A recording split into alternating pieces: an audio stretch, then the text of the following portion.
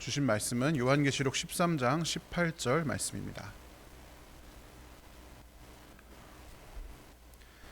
요한계시록 13장 18절 말씀 함께 읽겠습니다. 이것은 하나님의 말씀입니다. 지혜가 여기 있으니 총명한 자는 그 짐승의 수를 세어보라. 그것은 사람의 수니 그의 수는 666이니라. 아멘. 네, 오늘 설교의 제목 6이 3개 써져 있는데요. 한국교회에 우스갯소리가 하나 있습니다.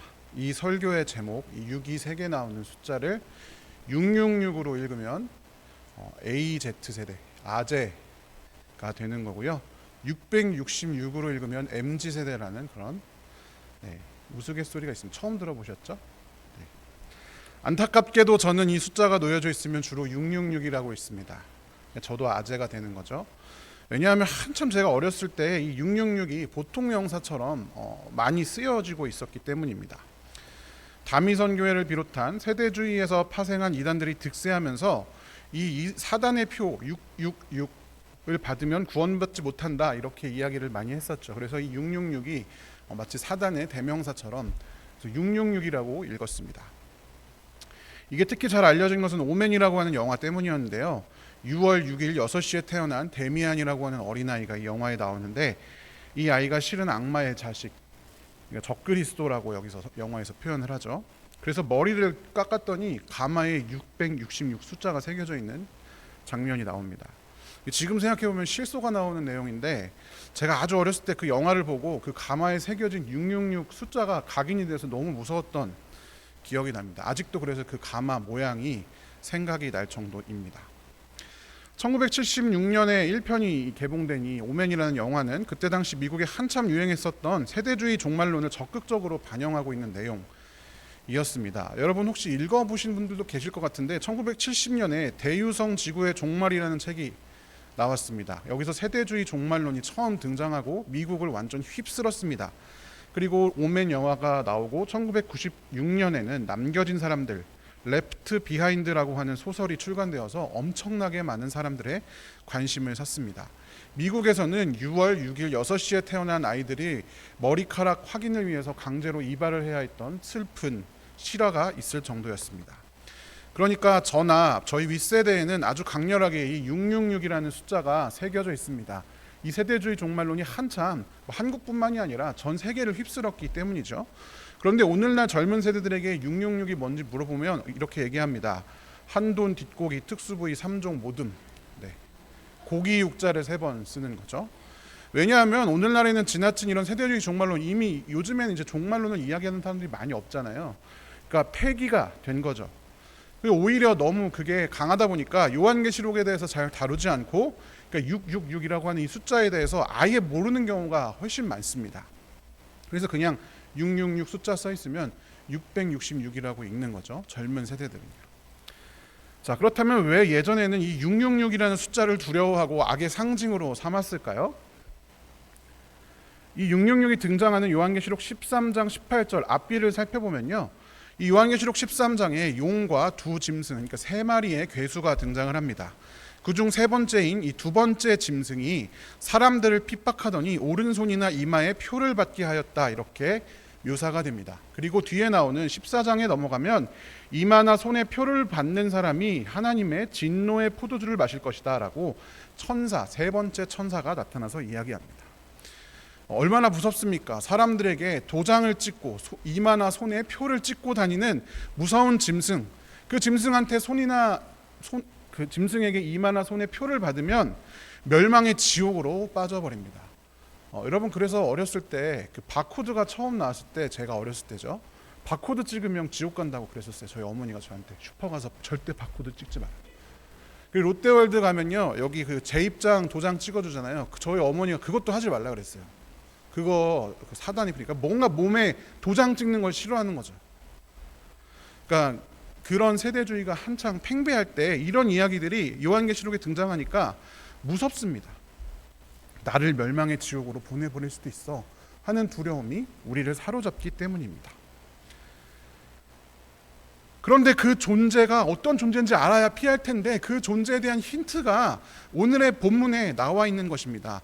요한계시록 13장 18절 세 번역으로 같이 한번 읽어보겠습니다. 여기에 지혜가 필요합니다. 지각이 있는 사람은 그 짐승을 상징하는 숫자를 세어 보십시오. 그 수는 어떤 사람을 가리키는데 그 수는 666입니다. 여러분, 뭔가 있는 것처럼 말하는 거죠. 지혜가 필요합니다. 여러분, 잘 생각해 보세요. 짐승을 알아낼 수 있는 숫자가 있는데 그게 666입니다. 이 말을 그대로 받아들이는 것이죠. 그래서 이것이 힌트가 되어서 짐승으로 와서 예수님을 대적하고 사람들의 이마나 손목에 도장을 찍으러 다니는 무서운 존재가 있다라고 믿기 시작했고, 그것을 적그리스도라고 표현하기 시작했습니다. 그리고 그에 대한 힌트가 666이라고 말한 것이죠. 그러니까 이 666의 비밀을 풀면 종말의 시기에 우리를 괴롭힐 적그리스도를 알게 되고, 그를 알아내서 그에게 도장 찍히지 않고 피해서 고난에서 벗어날 수 있는, 이 지옥길에서 벗어날 수 있는 길이 열린다라고 사람들이 믿기 시작했습니다. 그런데 과연 그럴까요? 이 666에 대해 밝히기에 앞서서 한 가지 짚고 넘어갈 것이 있습니다. 바로 적그리스도라고 하는 개념인데요. 영어로는 안티크라이스트라고 합니다.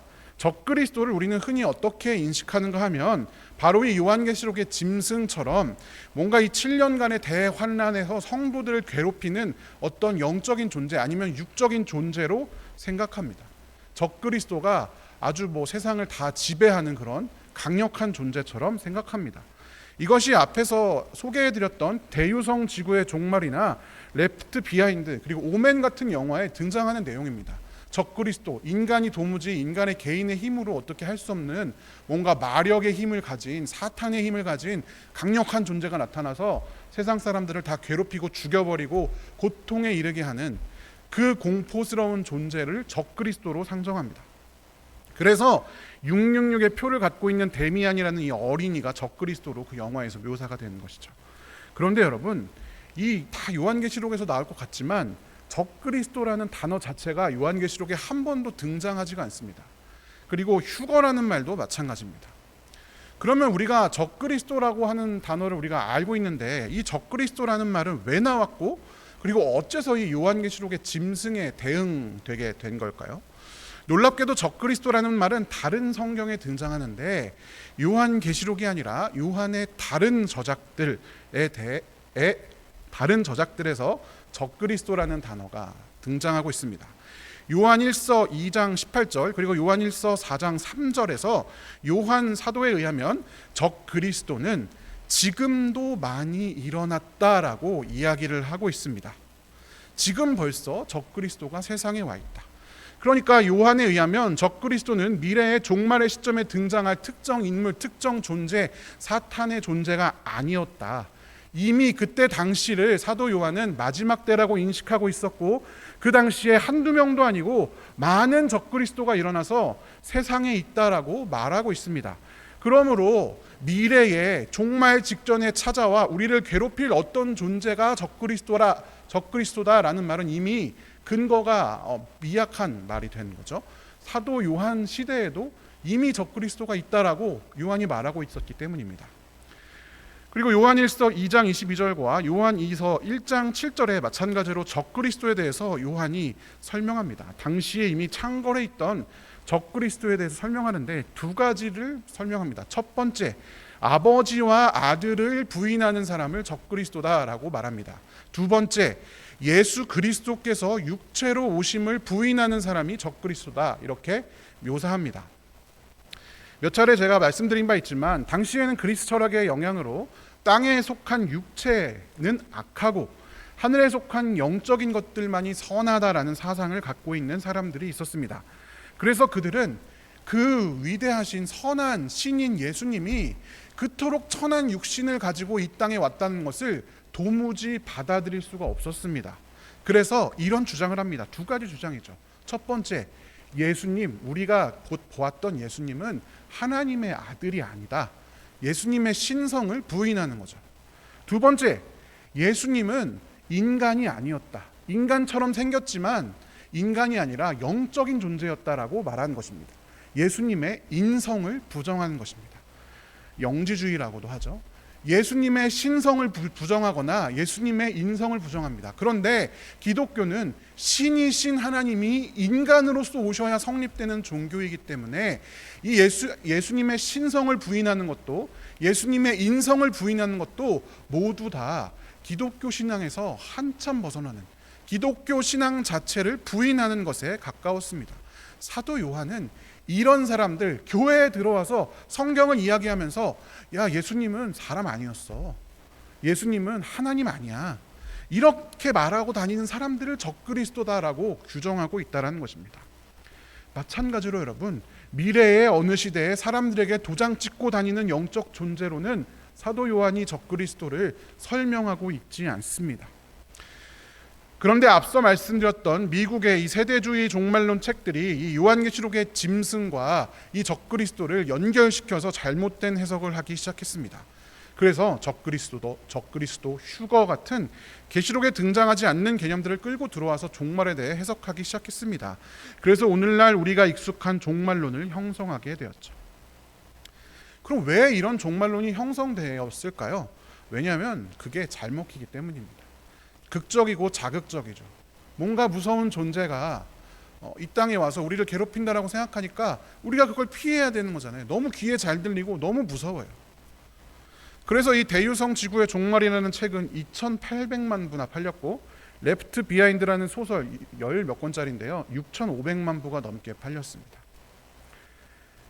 분명한 것은 적어도 사도 요한은 적그리스도라는 말을 미래에 다가올 어떤 존재로 특정하지 않은 것이 매우 분명해 보인다라는 것입니다. 그러므로 666 또한 그런 존재는 아닐 것입니다. 그렇다면 이 666을 어떻게 해석해야 하겠습니까? 이 부분을 올바르게 해석하려면 요한계시록 13장의 이야기, 그러니까 용과 두 짐승이 등장하는 이 이야기를 제대로 해석할 수가 있어야 합니다. 여기에서 용은 계시록 12장에서부터 등장하는데요, 그 묘사를 자세히 살펴보면 그냥 사탄 그 자체, 옛날에 그 아담과 하와를 꼬시던 그 옛 뱀으로 묘사가 되어 있습니다. 그러니까 용이라고 하는 존재는 악의 수괴인 사탄 그 자체를 표현한다라고 볼 수가 있습니다. 그런데 요한계시록 13장에는요, 바다에서 올라온 짐승이 있습니다. 그리고 이 용, 사탄이 짐승에게 자신의 힘과 왕위와 권세를 양도합니다. 그리고 그 짐승은 권세가 있습니다. 사람들이 그 짐승에게 경배합니다. 그리고 그 짐승은 실제로 종족을 다스리고 그 언어와 민족을 다스리는 권세를 받습니다.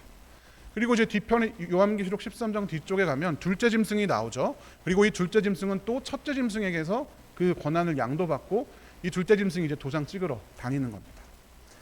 그러니까 이게 반복되는 거죠.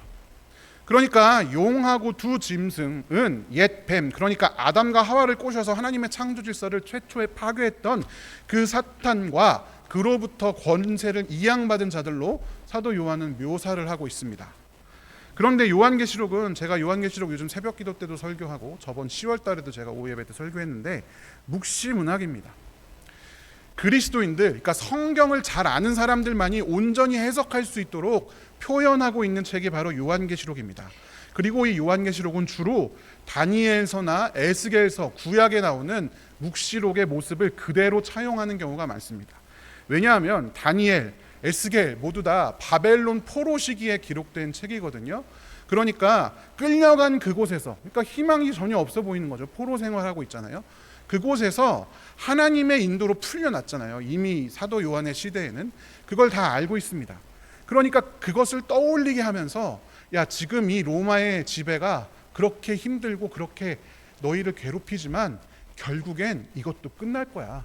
바벨론도 패망해서 우리가 다시 돌아왔던 것처럼 우리들도 이 로마의 시대를 끝장내고 다시 오실 하나님 나라가 우리 눈앞에 반드시 나타날 거야 라고 소개하고 있습니다. 그런데 로마 제국 사람들이 그걸 알면 안 되니까 그리스도인들만 아는 모습으로 구약의 예언서를 가지고 와서 표현하고 있는 것이죠. 이 요한계시록 13장에 나오는 사탄과 그 후계자들도 그러합니다. 요한계시록 13장을 다시 살펴보면 바다에서 올라오는 짐승이 뿔이 10개가 있고 머리가 7이 달려 있습니다. 그리고 짐승의 모양새가 표범, 그리고 곰, 그리고 사자, 이런 동물과 비교되고 있는데요, 다니엘 7장에 보면 바다에서 짐승이 올라옵니다. 그리고 그 짐승은 사자, 곰, 표범처럼 생겼습니다. 그리고 뿔을 10개 달고 있습니다. 그러니까 요한계시록 13장에서 말하는 이 짐승의 모습은 다니엘 7장에 나오는 짐승의 모습과 완전하게 동일합니다. 떠올리게 일부러 그렇게 기록을 한 것이죠. 요한계시록 13장에서 이 바다에서 올라오는 짐승은 42달 동안 활동할 권세를 받았다라고 기록되어 있는데요. 다니엘서 7장 25절에 보면 그 바다에서 올라온 짐승들도 권세가 기한이 정해져 있습니다. 한때, 두때, 반때. 이때 때를 어떻게 해석이 많지만 어쨌든 기한이 정해져 있다는 것이죠. 요한계시록 13장 11절에서 둘째 짐승이 나오는데 이 둘째 짐승은 어린 양처럼 생겼고 뿔이 2개가 있습니다. 그런데 다니엘서 8장에 보면 순양이 나오고 뿔이 2개가 있습니다. 그러니까 사도 요한은 요한계시록 13장이 다니엘 7장 8장의 기록과 연관될 수밖에 없게 그렇게 장치들을 만들어서 적었습니다. 자기가 본 환상이 그렇다라고 하면서 다니엘서의 기록을 갖다 적어 놓은 것이죠. 그러니까 다니엘서를 잘 아는 그리스도인들이 봤을 때 이거 다니엘에 나온 건데, 바벨론 그 멸망하던 그 시절에 예언된 것인데 라고 알게 되는 것이죠. 그렇다면 그 다니엘 예언의 끝은 어떻습니까? 다니엘서 7장 26절부터 28절까지 살펴보시면 이 천사가 그 다니엘 7장의 환상 해석까지 다 알려주거든요. 결국에는 중요한 것은 그 모든 짐승들이 일어나서 무섭도록 일어나서 서로 죽고 죽이고 세상 사람들을 다스리고 고통받게 하고 지배할 텐데 최종적으로는 결국 하나님 나라가 승리할 것이다 라고 다니엘서에서 예언하고 있습니다. 바벨론 포로 시기에 이스라엘 백성들에게 주는 소망과 희망의 이야기인 것이죠. 그리고 이것은 마찬가지로 로마 제국 통치하에 그리스도인들에게 동일한 소망과 희망을 이야기해주는 장면이 아닐 수가 없습니다. 이것을 숨겨서 묵시적으로 표현했습니다. 그래서 일부러 다니엘 7장의 여러 이미지를 그대로 차용해서 이 짐승의 모습을 묘사하고 있는 것이죠. 즉 요한계시록의 용과 두 짐승 이야기는 다니엘서의 바벨론처럼 세상을 가장 강력하게 지배하는 것처럼 보이지만 세상의 권력이 결국 하나님 앞에서 패배할 것임을 보여줍니다. 그리고 그것은 당시로서는 로마 제국을 의미하는 것이겠죠. 그러니까 여러분 결국에는 미래의 어떤 것, 종말 직전에 찾아와서 우리를 공격할 어떤 두려운 것을 표현하는 말이 아닙니다. 결국엔 바벨론처럼 자연스럽게 세상을 다 지배할 것 같은 그런 가치, 그런 권력, 그런 힘도 하나님 나라 앞에 언젠가는 망할 것이다 라고 이야기하고 있는 거죠. 그것이 용의 권세, 두 짐승의 권세입니다. 그러니까 계시록에서는 우리가 그 짐승을 알아채서 피해야 돼, 도망쳐야 돼, 분별해야 돼, 그렇게 말하고 있지 않습니다. 요한계시록 13장 9절 10절 세 번역으로 같이 한번 읽어보겠습니다. 귀가 있는 사람은 들으십시오. 사로잡혀 가기로 되어 있는 사람이면 사로잡혀 갈 것이요, 칼에 맞아서 죽임을 당하기로 되어 있는 사람이면 칼에 맞아서 죽임을 당할 것이다. 여기에 성도들의 인내와 믿음이 필요합니다. 아멘. 성도들의 인내와 믿음이 필요하다. 세상을 뒤덮은 가치관이 우리의 목숨, 우리의 육신, 우리의 삶을 위협한다 할지라도 피하거나 도망치거나 먼저 분별하는 것이 아니라 인내하고 믿음을 가지고 끝까지 기다릴 것을 요청하고 있는 것입니다. 오늘날로 이야기하면 무엇이겠습니까? 요한계시록 13장에서 말하는 용과 두 짐승의 통치는 결국에는 우리가 살아가는 이 세상을 뜻합니다. 로마 제국도 결국 멸망했지만 아직까지 하나님 나라가 완전히 오지 않았기 때문에 우리는 또 다른 제국의 시대에 살고 있습니다. 그곳에서 성도들은 하나님을 온전히 섬기는 데에 있어서 핍박받기도 하고 고난받기도 하고 유혹에 빠지기도 합니다. 그것은 때론 너무 강력한 구조여서 개인이 감당하기에는 어려워 보이는 것이기도 합니다. 그러나 그럼에도 불구하고 우리 성도들에게는 하나님 나라가 실제함을 믿고 인내하는 것이 필요합니다. 마침내 하나님 나라가 우리 눈앞에 나타날 것이기 때문입니다. 특히 666이 등장하는 이 둘째 짐승은 우리에게 시사하는 바가 아주 많습니다. 요한계시록 13장 16절 17절을 살펴보면 이 둘째 짐승이 우리가 잘 알듯이 이마에 표를 받게 아니면 오른손에 표를 받게 하고 다닙니다. 그런데 이 표를 가진 사람, 그러니까 표가 찍힌 사람이 아니면 아무도 팔거나 사거나 할 수 없도록 경제활동에 참여할 수 없게 하였다라고 묘사하고 있습니다. 그래서 이제 바코드 얘기가 여기서 나오는 거예요. 상행위를 못한다고. 전에 말씀드렸듯이 당시에는 황제 숭배의 시대입니다. 근데 황제 신전, 로마의 도시들은요, 황제 신전 앞에 나아가야 거기에서 시장이 형성되었기 때문에 황제를 신으로 숭배하지 않는 그리스도인들에게는 경제 활동에 참여하는 길이 닫혀 있었습니다. 즉 그리스도인들은 믿는다는 이유만으로 자동적으로 궁핍해질 수밖에 없는 시대가 당시 이 도미티아누스 황제 치하의 시대였습니다. 여러분, 궁핍한 상황에서 돈이라는 게 얼마나 크게 보이겠습니까? 돈이 너무 없어서 힘들어 죽겠는데 돈의 힘이 얼마나 크고 위대해 보이겠습니까? 여러분, 그게 666이 상징하는 바입니다. 왜 666이 돈, 경제, 권력을 상징할까요? 성경에는 666이 하나 더 등장합니다. 열왕기상 10장 14절 같이 한번 읽어보겠습니다. 해마다 솔로몬에게 들어오는 금은 그 무게가 666달란트였다. 아멘. 열왕기상 10장에는 솔로몬에게 해마다 들어오는 금 조세가 금 666달란트로 소개되고 있습니다. 솔로몬이 매년 이스라엘에게 백성들에게 걷어내는 그 세금이 금 666달란트. 여러분, 달란트 비유 설교 많이 들어보셨잖아요. 1달란트가 얼마나 큰 금액인지 어느 정도 아실 거라 생각합니다. 그러면 666달란트라는 것은 얼마나 큰 금액이겠습니까? 그럼 이거는 솔로몬, 하나님께로부터 지혜를 받은 솔로몬이 부강해져서 주신 하나님의 복 아닙니까? 생각할 수 있지만 그렇지 않습니다. 왜냐하면 바로 이 열왕기상 10장에서부터 솔로몬이 어긋나기 시작하기 때문입니다. 신명기 17장에는 하나님께서 왕에게, 이스라엘 백성들이 이후에 세울 왕에게 요구한 계명이 등장합니다. 그런데 이 열왕기상 10장에서 솔로몬은 정말 충실하게도 이 왕에게 하라 요구한 계명을 하나하나 어깁니다. 마치 버킷리스트를 작성하듯이 이거 어겼어, 지우고 지워냅니다. 신명기 17장 16절에는 병마를 많이 두지 말 것이라고 말하지만 열왕기상 10장에서는 솔로몬이 병거를 1400대, 마병을 12000명 두고 있다라고 묘사합니다. 또 병마를 얻으려 이집트로 가지 말라고 신명기에서 말씀하고 있는데 이 솔로몬은 병거와 말을 바로 그 이집트에서 수입합니다. 신명기 17장 17절에는 왕은 후궁을 많이 두지 말 것을 요구하는데 솔로몬은 후궁이 700명, 첩이 300명, 합쳐서 1000명이나 있었습니다.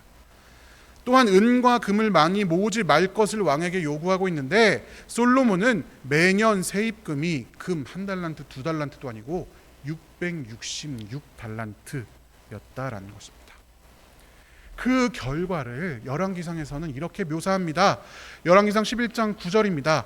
이와 같이 솔로몬의 마음이 주 이스라엘의 하나님을 떠났으므로. 솔로몬은 하나님을 떠나게 되었습니다. 금 666달란트는 솔로몬에게 주신 축복이 아니라 솔로몬이 가진 저주였습니다. 666달란트를 가진 대신 그는 하나님으로부터 멀어지기 시작했기 때문입니다. 특별히 히브리 숫자에서는 6은 불완전한 숫자, 7은 완전한 숫자를 의미합니다. 666달란트는 그 금액부터 남다릅니다. 여러분, 히브리 숫자에서 7이 하나님을 나타내는 숫자다, 완전함을 나타내는 숫자다라고 한다면 삼위일체 하나님을 묘사해 보면 어떤 숫자가 나오겠습니까? 하나님이 세 분이시니까 777이 나오게 되겠죠. 그런데 666은 거기서 딱 하나씩 모자란 숫자들입니다. 불완전한 것들이 모인 3개. 마치 하나님, 삼위일체 하나님처럼 세상을 지배하는 것 같고 세상의 주인인 것 같고 강력해 보이지만 결국에는 중요한 것이 빠져있는 하나씩 부족한 세상의 권력을 상징합니다. 이것은요, 요한계시록 13장에서 나온 용과 두 짐승, 세 존재잖아요. 똑같이 묘사됩니다. 마치 삼위일체처럼 하나님처럼 묘사가 됩니다. 권세도 있고요. 뭔가 죽임을 당한 것 같은 모습도 보이고 사람들이 예배하고 우상에게 생기를 주고 막 기적을 일으키는 장면이 요한계시록 13장에 등장합니다. 하나님처럼 강력해 보입니다. 그러나 그것은 진짜 삼위일체 하나님이 아니라 하나씩 모자란 가짜 하나님, 가짜 신인 것입니다. 이것은 무엇을 의미하겠습니까?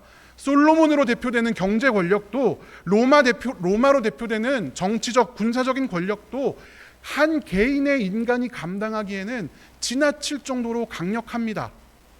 거의 하나님의 자리에 위치할 것처럼 777 삼위일체 하나님의 자리에 이른 것처럼 보입니다.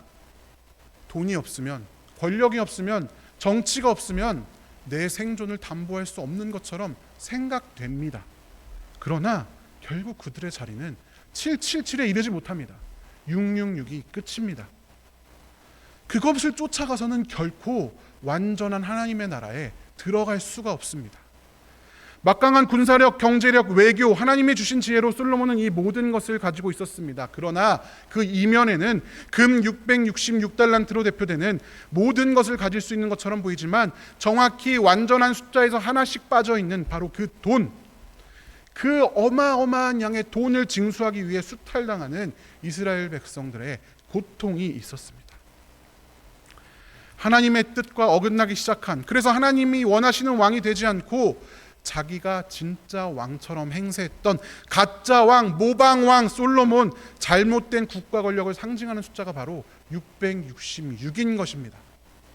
그래서 요한은 이렇게 말하고 싶었던 건 아닐까요? 그 짐승, 너희를 괴롭히고 미혹하는 그 짐승의 숫자, 솔로몬을 가리키는 그 숫자 666, 당대의 대제국 로마가 가지고 있었던 강력한 권력과 경제권을 상징하는 숫자 666.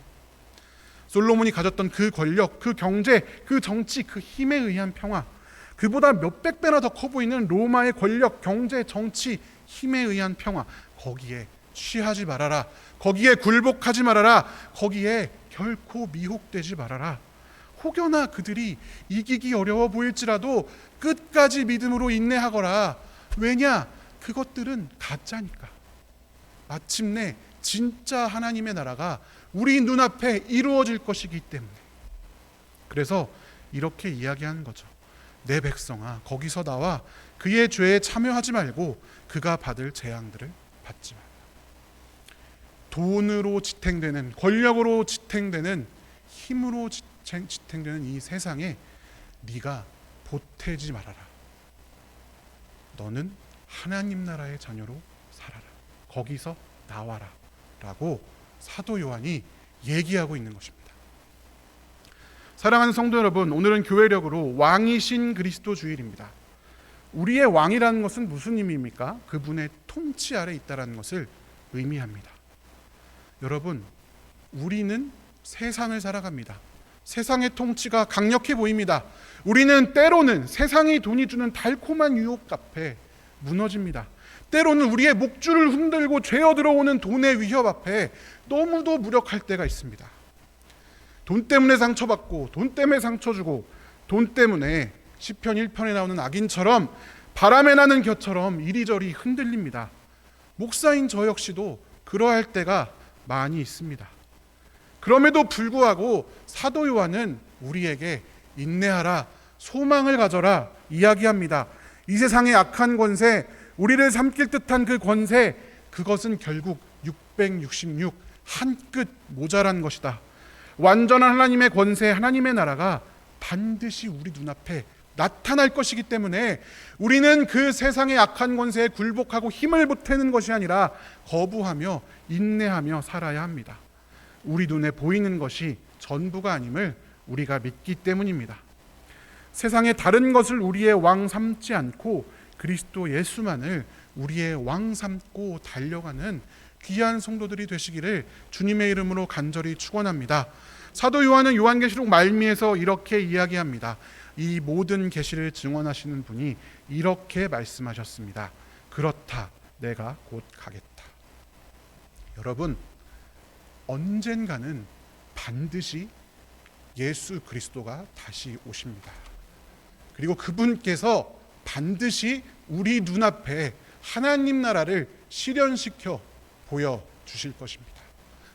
오늘도 그 믿음을 가지고 너무나 고통스러운 삶이지만 버티며 인내하며 소망을 가지며 살아가는 귀한 성도들 되시기를 주님의 이름으로 간절히 축원합니다. 함께 기도하겠습니다. 하나님 아버지, 우리에게 예수 그리스도를 보내주셔서 감사합니다. 보이는 세상이 전부가 아니라 새로 올 하나님 나라를 믿음으로 바라보게 하여 주시니 감사합니다. 세상의 악한 구조, 돈과 권력과 명예 앞에 고통받는 영혼들이 너무나 많이 있습니다. 우리가 거기에 힘을 보태는 자들, 거기에 참여하는 자들 되지 않게 하여 주시옵소서. 그러나 그것은 너무나 강력해 보입니다.